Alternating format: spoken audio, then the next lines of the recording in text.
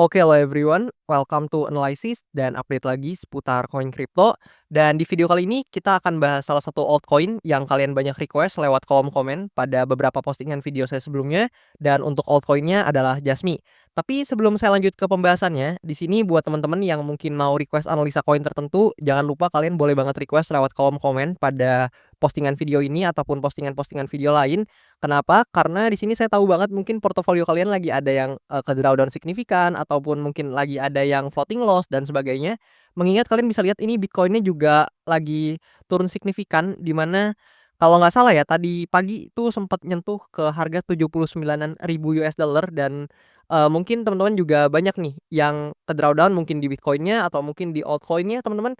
Jadi buat teman-teman yang mungkin punya koin-koin yang mungkin kalian hold atau koin-koin yang kalian tertarik dan mau request, jangan malu-malu, kalian bisa request lewat kolom komen yang tertera di postingan video ini, ataupun teman-teman juga boleh komen di postingan-postingan video saya yang lain. Dan nanti kayak biasa, kalau misalkan banyak yang tertarik, akan saya usahakan buat bahas cepatnya dan update secepatnya ke teman-teman semuanya. Dan oke, di sini tentu disclaimer juga bahwasannya video ini sama sekali nggak bermaksud buat mengajak teman-teman semua menjual ataupun membeli aset tertentu, dan juga sama sekali nggak bermaksud buat mempromosikan aset tertentu. So always do your own research karena this is not financial advice. Dan di sini buat Jasmy kita akan coba lihat dulu dari segi market cap, di mana Jasmy ini ada di peringkat 74 per video ini saya record, dan ini tepat di antara Flare dan juga EOS ya teman-teman ya untuk Jasmy ini sendiri. Dan di sini buat kalian yang belum tahu Jasmy ini tuh apa sih sebenarnya? Nah, jadi Jasmy ini adalah jaringan blockchain yang pertama kali dikonseptualisasikan pada tahun kisaran 2016 pada saat itu, dan dia fokusnya adalah ke IoT dan juga metaverse ya, di mana tujuannya untuk menyediakan keamanan data dan juga memberdayakan layanan, untuk berbagi data nih teman-teman. Dan kalian juga bisa lihat, beberapa hal-hal yang dimungkinkan terjadi oleh Jasmy, di mana di sini Jasmy memungkinkan aplikasi metaverse yang dibangun di jaringannya untuk memiliki jembatan pertukaran data langsung, memungkinkan orang untuk mengkomersialisasikan dan juga mengatur data mereka. Dan di sini kalian juga bisa baca-baca terkait cara kerjanya, kemudian ini teman-teman bisa baca seputar tokennya, yang mana token ini dirancang untuk jadi metode pembayaran ya. Jadi ini utility dari token Jasmy ini kalian juga bisa baca-baca sendiri, dan juga berbagai informasi lainnya teman-teman boleh baca di artikel-artikel seperti ini. Dan buat artikelnya teman-teman tentu bebas baca dari sumber manapun asalkan punya kredibilitas yang tinggi dan juga informasinya dapat dipertanggungjawabkan. Dan di sini kalau kita coba lihat dari segi chartnya, sebenarnya Jasmy ini agak unik teman-teman. Kenapa agak unik? Karena, meskipun memang sama ya, ini dia lagi ke drawdown juga, terkoreksi juga kayak banyak altcoin lainnya, bahkan ini juga signifikan ya kalau kita coba ukur dari topnya di sini, ke bawah ini drawdown-nya udah 70%-an teman-teman. Jadi ini termasuk drawdown yang juga signifikan. Tapi mari kita coba lihat dulu dari structure marketnya atau struktur marketnya. Jadi di sini Jasmy ketika pertama listing ya, ini dia koreksi dalam banget teman-teman, dia koreksi sangat signifikan. Ini kalau kita coba tarik ke bawah nih pasti, drawdown-nya gila banget teman-teman, 90% lebih. Ini drawdown yang cukup masif ya sebenarnya untuk Jasmy. Dan di sini kalau misalkan kita coba lihat dia mulai, testing atau rebound sedikit and then dia turun lagi dengan signifikan, dan Jasmy ini udah termasuk altcoin yang udah konsolidasi cukup lama, di mana di sini dia konsolidasi sampai akhirnya dia take off lagi dan dia boom, dia naik lagi teman-teman. Dan kalau kita coba lihat sebenarnya dia membentuk pola kayak gini, dia ngebentuk higher high, higher low, higher high. Tapi yang menarik di sini teman-teman. Nah, kalian bisa lihat di sini actually dia tuh mempertahankan ada equal low yang ada di sini teman-teman. Jadi dia ngebentuk higher high, higher low, higher high, dan di sini ada equal low. Jadi low-nya itu nggak lebih rendah dari low yang di sini dan bisa masih masuk ke uptrend ya. Jadi selama untuk Jasmy ini masih bisa mempertahankan demand zone yang di sini, maka sebenarnya untuk Jasmy ini masih sedikit menarik ya untuk diperhatikan teman-teman secara structure market atau secara struktur marketnya. Dan ada beberapa potensi yang saya lihat dari projection dari Jasmy ini, tapi, disclaimer ini bukan ajakan jual beli dan juga bukan ajakan berinvestasi. Jadi teman-teman pastikan selalu analisa mandiri dan riset mandiri juga, jangan percaya mentah-mentah apa yang saya omongin. Jadi di sini ada beberapa probabilitas yang mungkin terjadi sama Jasmy ini, di mana yang pertama, itu Jasmy ini ada potensi untuk rebound dari demand area-nya, dan hal ini bisa terjadi apabila memang tekanan buyers-nya di demand zone ini cukup kuat untuk menahan selling pressure dari Jasmy sehingga bisa rebound teman-teman untuk harganya.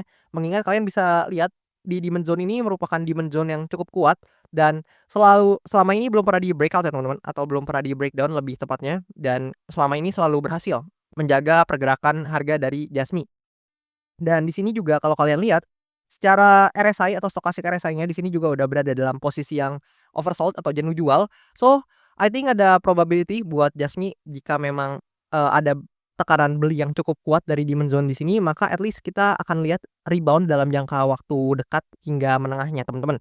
Tapi itu adalah kemungkinan yang pertama dan tentu sangat mungkin terjadi sebaliknya. Maksudnya gimana? Jadi kalau kalian lihat di bawah sini, teman-teman, no, lebih kurang di sini, ini ada juga kemungkinan yang kayak gini, teman-teman.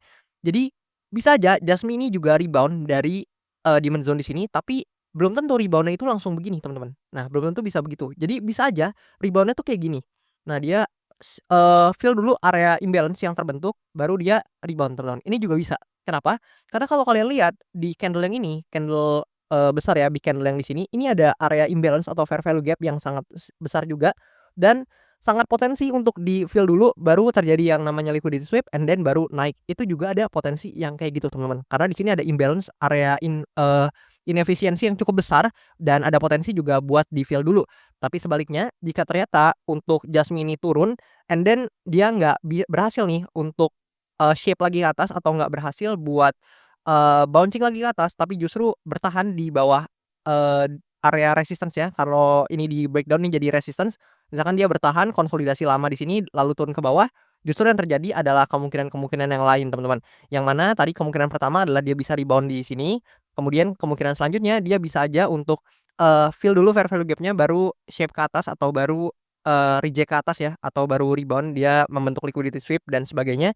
Lalu kemungkinan yang ketiga adalah jika Jasmine ternyata beneran breakdown, teman-teman, dari demand zone-nya, yang mana itu ditandai dengan body closing yang ada di bawah sini, kemudian mungkin aja dia, testing dulu ke resistance-nya, baru mungkin ada konsolidasi sedikit, baru turun. Ini justru kemungkinan yang ketiga yang terjadi dan ada potensi buat Jasmine ini mendekat atau testing lagi ke demand zone yang ada di bawah sini ya, dan ini drawdown-nya cukup jauh, teman-teman, jika hal ini yang terjadi. Kenapa? Karena kalian bisa lihat di demand zone di sini juga, lumayan ya, banyak sentuhan yang terjadi dan kalau kita ukur dari sini ke bawah ini pasti drawdown-nya juga sangat signifikan, teman-teman, jika memang kemungkinan ketiga ini yang terjadi.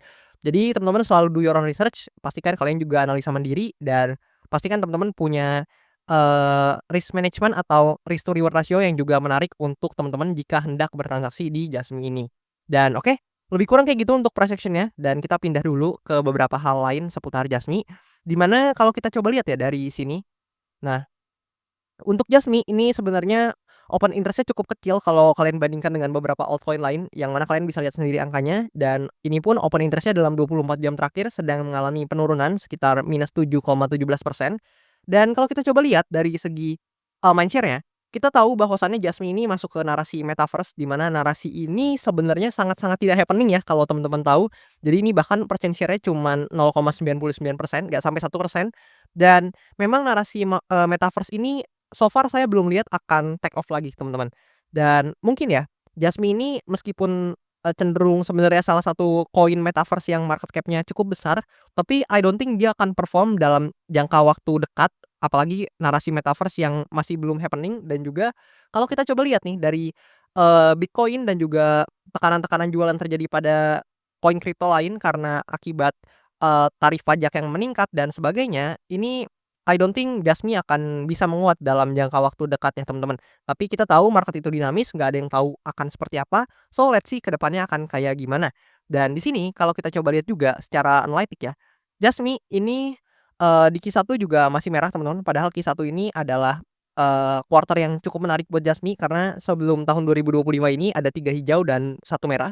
Tapi let's see apakah Q1 di tahun 2025 ini akan closing untuk Jasmine dengan return yang negatif atau positif. So, tulis pendapat kalian di kolom komentar di bawah dan jangan lupa buat teman-teman yang mau request analisa koin, boleh banget mampir, ke bio akun TikTok saya juga di sini, di mana di situ ada link tree yang tersedia untuk teman-teman request lewat link traktir kalau misalkan mau sekaligus support saya, ataupun di link yang tertera pada description di channel YouTube saya juga ada, atau sesimpel kalian juga bisa komen aja langsung di kolom komentar di bawah, dan nanti kalau misalkan banyak yang tertarik akan saya usahakan buat bahas cepatnya.